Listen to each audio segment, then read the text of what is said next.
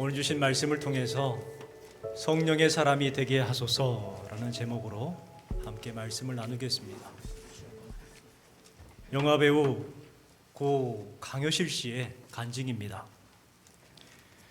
강효실 씨의 남편은 배우 최무룡 씨였죠. 강효실 씨는 결혼한 지 10년 만에 최무룡 씨에게 이혼을 당했습니다. 그의 나이가 30살. 너무나도 젊은 나이에 혼자가 되었고 아들은 방황을 합니다. 그래서인지 심한 우울증에 빠지게 되었고 강효실 씨는 술과 약물에 병들게 되었습니다. 그래서 자꾸 악한 생각이 드는 거예요. 왜 그런가 해서 용하다는 무당에게 찾아가서 어떻게 해야 되느냐 하고 물었습니다. 그랬더니 무당이 강효실 씨를 노려보더니 이렇게 말하는 것입니다. 너 예수 믿어야 살아, 아니면 죽어. 너 예수 믿어야 살아, 아니면 죽어. 이 말을 하고 보내는 겁니다. 그 말을 듣고 당시 연예인을 전도하셨던 하용조 전도사님, 지금은 고인이 되셨죠. 그 전도사님을 찾아가서 이렇게 말했습니다. 무당이 예수쯤 믿지 아니하면 죽는다고 합니다. 어떻게 하면 좋아요? 이렇게 물었어요. 그러니까 하용조 전도사님이 그럼 예수 믿으면 되잖아요 하고 그를 반겨주었습니다. 그리고 이렇게 말했습니다. 하나님이 얼마나 급하셨으면 무당을 통해서 성도님을 전도하셨군요. 여러분, 하나님은 무당을 통해서도 전도하시는 하나님이신 줄 믿습니다. 그래서 강효실 씨는 신앙생활하게 되었고 열심히 교회 나가서 예배 생활했습니다. 그런데 신앙생활을 해도 마음 가운데의 그 미움, 복수심, 증오심, 죽여버리고 싶은 그러한 마음들이 사라지질 않는 거예요. 계속해서 그것이 마음 가운데 생각이 나는 것입니다. 그러던 어느 날 강효실 씨가 교회에서 하는 은사 집회에 참석하게 되었습니다. 그곳에서 뜨겁게 기도하는데 온몸이 벌벌벌 떨리는 거예요. 성령을 경험한 것입니다. 그리고 나서 성령 충만을 경험하고 나니까 그렇게 미웠던 최무룡 씨가 불쌍하게 느껴지더래요. 그렇게 미워서 죽이고 싶었던 그 남자가 성령을 경험했더니 불쌍한 사람으로 생각이 들더래요. 어느 날 방송국에서 그 최무룡 씨를 만나게 되었습니다. 다를 때 같았으면 눈을 흘기며 아마 째려보았을 거예요. 그런데 강효실 씨가 달라졌어요. 불쌍해 보여서 가가지고 이렇게 말했다고 합니다. 당신도 예수님 믿고 구원받으세요. 결국 최무룡 씨도 교회 나가게 되었고 예수님을 믿게 되었습니다. 여러분, 성령을 받으면 용서할 수 없던 사람을 용서하게 되고 사랑할 수 없을 것 같은 사람을 사랑하게 되고 하나님의 뜻대로 살게 됩니다. 여기에 모이신 여러분도 성령 충만과 성령에 감동된 삶을 살아가시기를 주님의 이름으로 축원합니다. 오늘은 성령 강림 주일입니다. 예수님께서 승천하신 후에 제자들이 마가의 다락방에 모여서 약속하신 성령을 기다립니다. 오순절이 되었을 때에 제자들은 성령을 경험하게 되죠. 그리고 가장 먼저 했던 것이 뭐냐면 복음을 전하기 시작했습니다. 제자들이 성령을 받고 말씀을 전할 때에 놀라운 일이 생기기 시작했어요. 하루는 3,000명이 변화돼서 세례를 받고 또 하루는 5,000명이 변화되어서 세례를 받는 정말 기적 같은 일들이 벌어지기 시작했습니다. 생각해 보세요. 당시에 세례를 받는다는 것은요, 자기의 목숨을 거는 거예요. 사람이 목숨이 걸린 일에 함부로 하겠습니까? 그만큼 그들도 은혜를 받아서 세례를 받겠다 했던 거예요. 목숨을 걸고. 생각해 보십시오. 3,000명이 줄을 서서 세례를 받는다. 또 5,000명이 줄을 서서 세례를 받는다. 엄청난 일이 벌어진 거죠. 당시에 예루살렘에는 몇 명의 사람이 살고 있었는지 잘 알지 못하지만 그 예루살렘이 수만 명의 성도가 생기기 시작했고 온 예루살렘을 믿는 사람으로 뒤집게 되었습니다. 이것이 바로 성령의 역사예요. 예수님을 핍박하고 예수님을 죽이려고 했던 많은 사람들이 있었던 그 장소가 바로 예루살렘이잖아요. 그런데 그 예루살렘에 성령의 역사가 임하니까 믿는 사람들로 그 성을 덮어버리게 되었어요. 그것이 바로 성령의 역사요, 교회의 시작인 것입니다. 오늘 우리에게도 성령의 역사가 일어나야 합니다. 우리 교회도 성령 충만으로 부흥해야 합니다. 다른 방법으로 하면 안 돼요. 교회들이 부흥하려고 할 때에 많은 것을 동원합니다. 조직, 프로그램, 뛰어난 사람들을 초청해서 그렇게 부흥을 시키려고 하지요. 그런데 초대교회를 생각해 보세요. 초대교회 당시에는 아무것도 없었어요.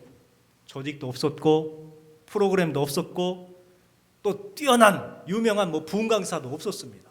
그런데 어떻게 됐어요? 놀라운 부흥이 일어났단 말이에요. 그 이유가 무엇입니까? 성령 충만했더니 부흥한 거예요. 우리 시대도 동일합니다. 시대가 달라졌어도 부흥의 원리는 동일한 거예요. 프로그램 아닙니다. 조직 아니에요. 어떤 뛰어난 부흥 강사가 와서 부흥시키는 것도 아닙니다. 우리 교회가 여러분 모두가 성령 충만할 때에 비로소 부흥하게 되는 줄 믿습니다. 물론 조직과 사역과 프로그램 어떤 분이 오셔서 부흥을 시키는 잠깐의 효과는 있을 수 있습니다. 그런데요, 오래 지속되지 못하고 금방 꺼져버려요. 그렇기 때문에 우리는 이렇게 간구하고 기도했으면 좋겠습니다. 우리 같이 한번 읽어볼까요? 주님, 우리를 성령으로 충만케 하소서. 우리 교회를 성령으로 충만케 하소서. 우리를 성령의 사람이 되게 하소서. 우리 가정을 성령의 가정이 되게 하소서. 우리 교회를 성령의 교회가 되게 하소서. 아멘. 우리는 이렇게 성령을 사모해야 될 줄 믿습니다. 그렇다면 우리가 성령의 사람이 되기 위해서 어떠한 마음을 가져야 되는가? 먼저는 말씀을 믿고 기다리는 신앙이 되어야 합니다. 사도행전 1장 4절 5절 말씀에 보면 예수님께서 승천하시기 전에 제자들에게 명령하신 말씀이 기록이 되어 있습니다. 4절 5절 말씀을 읽겠습니다. 사도와 함께 모이사 그들에게 분부하여 이르시되 예루살렘을 떠나지 말고 내게서 들은 바 아버지께서 약속하신 것을 기다리라. 요한은 물로 세례를 베풀었으나 너희는 몇 날이 못되어 성령으로 세례를 받으리라 하셨느니라. 예수님께서 승천하시기 전에 제자들에게 분부했어요. 분부하여 이르시되 명령입니다. 뭐 하라고 했느냐? 예루살렘을 떠나지 말고 약속하신 것을 기다리라. 몇 날이 못되어 성령으로 세례를 받으리라. 성령을 기다리라 말씀하고 명령하셨습니다. 이 말씀을 따라 120명 정도 되는 성도들이 마가의 다락방에 모여서 기도합니다. 그때에 강한 바람이 있었고 불같은 성령이 그들에게 충만하게 되었습니다. 성령을 받은 사람들은 달라졌어요. 달라지기 시작했어요. 가장 먼저 오늘 주신 말씀이 보니까 뭐가 달라졌다고 합니까? 그들의 언어가 달라졌다고 그랬어요. 그동안에는 두려움의 단어, 근심의 단어, 한탄하는 그러한 말들로 번복되었던 그들의 입술 가운데에 성령이 임하시고 나니까 언어가 달라졌어요. 그들이 세상 말을 하는 것이 아니라 하나님의 일을 말하는도다. 하나님의 일을 말하게 되었습니다. 언어가 달라졌어요. 그들의 삶의 방향과 목적이 달라졌죠. 두려워 숨어 있었던 그들이 이제는 담대하게 예수 그리스도를 전하는 사람이 되었습니다. 제자들에게 성령이 임했을 때에 큰 소리로 방언이 터졌습니다. 얼마나 컸는지 주변에 길을 가던 사람들에게 들릴 정도로 커다란 소리였던 거예요. 그 소리를 이방 지역에 살다가 순례하기 위해서 예루살렘에 찾아온 유대인들, 디아스포라입니다. 그들이 그 소리를 듣게 돼요. 놀랍니다. 이 소리는, 이 언어는 어떻게 여기에서 듣게 되죠? 신기한 일이다. 분명 저 사람들은 갈릴리 사람들이 아니냐. 저들은 그 언어를 배운 적도 없고 들은 적도 없을 텐데 어떻게 저 언어를 사용하는가? 놀랍니다. 어떤 사람들은 비방하여 저 사람들이 세술에 취했다, 그렇게 조롱하죠. 그때 베드로가 하나님의 말씀을 전합니다. 우리 17절 말씀 같이 읽겠습니다. 하나님이 말씀하시기를 내가 내 영을 모든 육체에 부어주리니 너희의 자녀들은 예언할 것이요 너희의 젊은이들은 환상을 보고 너희의 늙은이들은 꿈을 꾸리라. 21절 말씀도 읽겠습니다. 누구든지 주의 이름을 부르는 자는 구원을 받으리라 하였느니라. 베드로가 요엘 선지자의 말씀을 인용해서 말씀을 전했습니다. 내가 내 영을 모든 육체에게 부어주리니 너희가 예언할 것이요 환상을 보고 꿈을 꾸리라. 구원을 받으리라. 이와 같은 말씀을 선포했습니다. 여러분, 그렇습니다. 성령을 받으면 예언하게 되어 있고 환상을 보게 되고 꿈을 꾸게 되고 구원을 얻는 거예요. 여러분에게 이와 같은 은혜가 임하시기를 주님의 이름으로 축복합니다. 베드로의 말씀을 들었을 때에 많은 사람들이 회개하죠. 우리 41절 말씀에 보니까 이렇게 기록합니다. 그 말을 받은 사람들은 세례를 받음에 이날의 신도의 수가 3,000이나 더하더라. 베드로 설교 정말 잘했나 보다. 여러분, 베드로가 엄청난 설교를 했을까요? 능력 있는 설교를 했을까요? 여러분, 베드로가 대단한 설교, 유머스러운 설교, 큰 교훈을 주는 설교를 했을까요? 아니, 요엘 선지자의 말씀을 인용하고 예수 그리스도를 전했을 뿐이에요. 유머스럽지도 않았고 부흥 강사들처럼 대단한 설교를 한 것도 아니고 큰 교훈을 주는 설교도 아니었습니다. 순수한 하나님의 말씀이었어요. 여러분, 그렇습니다. 설교는요, 기교를 부리면 부릴수록 설교가 잘 안 돼요. 그런데 하나님의 말씀에 충실하면 충실할수록 설교가 더 잘 돼요.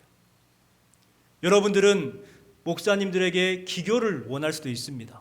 기교를 부려가지고 막 웃기고 울리고 그런 것을 원할 수 있어요. 그런데 돌아가면 남는 것이 뭐만 남아요? 애화만 남아요. 여러분, 그것은요, 바른 설교가 아니에요. 하나님의 말씀이 기억이 남아야지 애화, 세상 이야기, 그런 이야기가 남아서는 안 되는 것이죠. 베드로는 바로 말씀에 충실한 설교를 한 거예요. 요엘 선지자의 예언의 말씀, 요엘 선지자의 예언의 말씀을 왜 전했느냐? 당시에 요엘 선지자가 이 예언의 말씀을 선포했을 때에 그때는 매우 어두운 시대였어요. 절망적인 시대였어요. 이스라엘의 재난이 시작되었고 메뚜기 떼가 습격해서 온통 다 농작물은 황폐화되었고 온역이 퍼져서 이스라엘 백성들은 고통 가운데 놓여 있었습니다. 그때에, 그 희망 없는 그때에 하나님께서 요엘 선지자를 통해서 뭐라고 하셨다고요? 내가 내 영을 만민에게 부어주리니 너희의 자녀들은 예언할 것이요 젊은이들은 환상을 보고 늙은이들은 꿈을 꾸리라. 비전의 말씀, 놀라운 말씀을 전해 주었습니다. 베드로가 설교한 그때도 마찬가지예요. 별반 다르지 않아요. 우리 시대도 마찬가지입니다. 우리 시대도 그때 시대나 지금 시대나 어렵기는 마찬가지입니다. 그러나 우리가 성령을 받았을 때에 비로소 환상을 보고 꿈을 꾸고 구원을 받는 은혜가 임하게 될 줄 믿습니다. 우리 첨단 영락의 모든 성도도 이와 같은 은혜가 임했으면 좋겠습니다. 환상을 보고 꿈을 꾸는 비전의 사람, 또 하나님의 말씀을 사모하여서 하나님의 영광을 나타내고 구원을 받는 역사가 우리 교회 가운데 충만하게 되기를 원합니다. 초대교회의 큰 특징은요, 말씀을 사모했다는 거예요. 42절 말씀에 보니까 그들이 사도의 가르침을 받아 서로 교제하고 떡을 떼며 오로지 기도하기를 힘쓰니라, 이렇게 기록하고 있죠. 초대교회의 기초는 여전히 하나님의 말씀이었습니다. 여전히 그들은 사도들의 가르침을 받기에 힘썼어요. 하나님의 말씀을 소홀히 하지 않았어요. 우리 신앙의 기초는 하나님의 말씀인 거예요. 지금 교회들마다 어려움이 생기고 힘들어지는 이유가 뭡니까? 하나님의 말씀에 집중해야 되는데 사람들의 말에 집중하기에 마음이 흔들리고 서로 갈등이 일어나는 것 아닐까요? 여러분, 우리들은 초대교회 성도들처럼 사람의 말이 아니라 하나님의 말씀, 그 말씀에 의지하여 승리하는 저와 여러분 되시기를 주님의 이름으로 축원합니다. 성령의 사람이 되기 위해서는 또한 기도에 힘쓰는 신앙이 되어야 합니다. 초대교회 성도들은 기도하는 사람들이었습니다. 기도를 쉬지 않았어요. 오로지 기도에 힘썼다 분명하게 42절 말씀에 기록하고 있습니다. 그들이 사도의 가르침을 받아 서로 교제하고 떡을 떼며 오로지 기도하기를 힘쓰니라. 뭐 했다고요? 기도했어요. 모여서 교제하고 떡을 떼는 게 중심이 아니라 기도하기에 모인 거예요. 북이스라엘의 아합 왕 때에 3년 반 동안 비가 내리지 않았었습니다. 그때 땅바닥은 쪽쪽 갈라지고 기아에 시달렸죠. 그랬을 때 엘리야 선지자가 갈멜산에서 기도를 합니다. 머리를 땅에 대고 그렇게 간절하게 기도하기 시작했습니다. 열왕기상 18장 42절 43절 말씀을 같이 읽겠습니다. 엘리야가 갈멜산 꼭대기로 올라가서 땅에 꿇어 엎드려 그의 얼굴을 무릎 사이에 넣고 그의 사환에게 이르되 올라가 바다 쪽을 바라보라. 그가 올라가 바라보고 말하되 아무것도 없나이다. 이르되 7번까지 다시 가라. 엘리야가 간절히 기도한 다음에 사환을 시켜요. 바다 쪽을 바라보고 무엇이 있나 보고 오라 하고 명령합니다. 그러니까 이 사환이 올라갔다 내려오면서 아무것도 안 보입니다. 이렇게 말을 해요. 또 간절히 기도하고 무엇이 보이나 갔다 와라 하고 또 올라보내요. 또 가서 보니까 아무것도 안 보이는 거예요. 아무것도 안 보인다니까요. 그렇게 몇 번을 기도했냐면 7번을 기도합니다. 여러분 7이라는 것은 단순히 1부터 7번, 7번 그것을 말하는 것이 아닙니다. 이스라엘 백성들에게 7이라는 것은 완전수입니다. 이 말은 무슨 말이냐면 응답될 때까지 기도한다는 거예요. 7번 단순히 7번 한다는 게 아니라 응답이 될 때까지 기도하겠습니다. 이 말입니다. 그리고 나서 7번째 다시 또 보냈더니 선생님 저 멀리에 손바닥만한 구름 하나 보입니다. 됐다. 이제 일어나 가자. 빗소리가 들린다. 여러분 결국 비가 내리기 시작했고 모든 가뭄이 해결받게 되었습니다. 여러분 그렇습니다. 기도하는 사람에게 이와 같은 능력이 나타난 줄 믿습니다. 엘리야가 기도했더니 비로소 축복의 비가 쏟아지기 시작한 거예요. 여러분 말씀을 붙잡고 기도하고 또 기도하시기 바랍니다. 기도할 때에 기적이 일어나고요. 기도할 때 은혜가 임하고요. 기도할 때 응답의 문이 활짝 열리게 될 줄 믿습니다. 마지막으로 성령의 사람이 되려면 하나 되는 신앙을 가져야 합니다.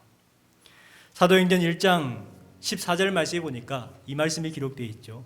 여자들과 예수의 어머니 마리아와 예수의 아우들과 더불어 마음을 같이하여 오로지 기도에 힘쓰더라.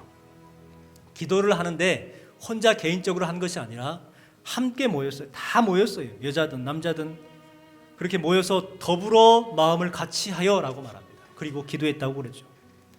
성령은 더불어 마음을 같이할 때에 임하십니다. 그러게 우리도 더불어 마음을 같이하여 기도에 힘쓰는 신앙생활을 해야 돼요. 우리가 한 마음이 되어 기도할 때에 비로소 그 자리에 기적이 일어나는 거예요. 마귀는요 공동체를 자꾸 분란시킵니다. 모이지 못하게 만들어요. 왜요? 모이면은 성령의 역사가 일어나니까 마귀는 그것을 방해해야 돼. 자꾸 흩어지게 못 모이게. 그러나 성령은 하나 되게 하십니다. 그래서 더 큰 역사를 나타내게 하시죠. 1907년 한국교회에 성령이 임하시기 전에 한국교회는 영적으로 매우 황폐했었다고 합니다. 당시에 선교를 하셨던 로버트 하디 선교사님이 평양에서 선교를 하셨는데 그분이 그때 있었던 일들에 대해서 기록한 책이 있어요. 그 책에 보면 이분은 그 평양에 있는 교회들을 여러 교회들을 돌아다니고 올 때마다 가슴을 치면서 고통하며 기도했다고 합니다. 가슴을 치면서 기도했다는 것은 그만큼 힘들다는 것이죠. 왜 그렇게 힘들었느냐? 초대교회 성도들이 예수님을 믿긴 믿는데 주일 예배에 잘 참석하지 않는다는 거예요. 성적으로 방종하고 또 공금을 횡령하는 일도 많이 벌어지고, 어떤 집회소에서는 사람들이 모여가지고 무당을 초대해가지고 구슬하는 거예요. 교회에서 구슬하는 것이죠. 그런 걸 보니까 막 또 교회 안에서 양놈, 쌍놈 하면서, 양반놈, 쌍놈 하면서 싸우고, 배운 놈, 못 배운 놈 하고 싸우고, 가진 놈, 못 가진 놈 하면서 교인들끼리 다투더랍니다. 얼마나 힘들었겠어요. 그런데 그 일이 딱 끝나는 계기가 있었어요. 완전히 다 끝났어요. 어떤 계기가 있었냐면 바로 1907년에 평양에 대부흥운동이 시작됐죠. 장대현 교회에서 장대현 교회 목사님이 단상에서 회개를 합니다. 목사님이 회개하니까 장로님이 또 죄를 고백하면서 회개를 합니다. 그러니까 여기저기 일어나가지고 저도 죄인입니다 하면서 회개하기 시작했더니 그곳에 놀라운 일이 벌어졌어요. 뜨거운게 기도하기 시작했고 거기에 성령이 임했습니다. 얼마나 크게 기도했냐면 주변의 사람들이 불났다고, 왜냐하면 불 하니까 기도하면서 그러잖아요. 그러니까 불난 줄 알고 소방서에 신고를 했어요. 소방관들이 출동을 할 정도로 그렇게 뜨겁게 기도했었죠. 여러분, 그들이 성령을 경험하고 나니까요 달라졌어요. 선교사님들과 교회 지도자들이 사이가 상당히 안 좋았는데 다시금 회복되었고 하나가 되었습니다. 교인들끼리 서로 미워했던 것들이 가슴을 치면서 통곡하고 내가 잘못했습니다, 저를 좀 용서해 주세요, 용서를 빌기 시작했고, 미워했던 사람들을 찾아가서 그동안 죄송했습니다, 엎드려서 사죄했습니다. 여러분, 성령의 역사로 하나가 되었고 지금 우리 한국교회의 바탕에 바로 성령의 역사가 있었던 것이죠. 분쟁하게 하고 다투게 만들고 섭섭하게 만드는 악한 영을 우리가 이길 수 있는 유일한 방법은 이것밖에 없어요. 우리는 악한 영들의 그 힘에 힘을 쓸 수가 없어요. 시험에 빠질 수밖에 없단 말이에요. 그러나 유일한 방법은 성령 충만입니다. 스가랴 4장 6절 말씀을 같이 읽겠습니다. 이는 힘으로 되지 아니하며 능으로 되지 아니하고 오직 나의 신으로 되느니라. 할렐루야. 그렇습니다. 우리가 악한 영을 이길 수 있는 것은요 내 힘이 아니라니까요, 내 능력도 아닙니다. 오직 하나님의 신 성령으로 되느니라 말씀하고 있습니다. 여러분 모두가 이 성령의 놀라운 능력을 사모하시기를 주님의 이름으로 축복합니다. 그렇다면 우리가 진정 성령을 충만하기 위해서는 어떻게 해야 될까요? 우리의 마음을 비워야 합니다. 우리는 우리의 마음 가운데 가득 채워져 있어요. 내 생각으로 차 있고 내 아집과 내 고집과 염려와 근심, 걱정거리들로 마음이 가득 차 있어요. 그러기에 우리는 그런 것들을 비워내야 돼요. 내 생각, 내 고집, 내 아집, 내 근심, 내 염려를 비워내야 돼요. 그러면 그 자리에 성령으로 충만케 될 줄 믿습니다. 여러분, 베드로가 언제 물고기를 잡게 되었습니까? 빈 그물을 싣고 있을 때, 비어 있었어요. 또 가나 혼인잔치에 포도주가 언제 체험받게 되었습니까? 다 떨어져서 빈 항아리가 되었을 때, 그때 비로소 예수님께서 거기에 포도주를 채워주신 거예요. 사르밧 가부의 기름병에 기름이 언제 채워졌습니까? 기름이 다 떨어졌을 때, 더 이상 먹고 살 수 있는 기름이 남아있지 않을 때에, 그럴 때에 비로소 그 기름병에 기름이 채워지는 역사를 경험하게 되었습니다. 여러분, 우리도 마찬가지입니다. 우리 육신의 그릇에 성령으로 가득 채우기 위해서는 우리 마음을 비워내는 거예요. 비워내는 거예요. 여러분, 우리 교회에도 마가의 다락방에서 일어났던 성령의 역사가 일어나길 주님의 이름으로 소망합니다. 여기에 모이신 여러분도 성령 충만을 경험함을 통해서 하나님의 말씀대로 삶을 살아가고 또 하나됨으로 성령의 능력을 나타내는 귀한 성도가 되시기를 주님의 이름으로 축원합니다.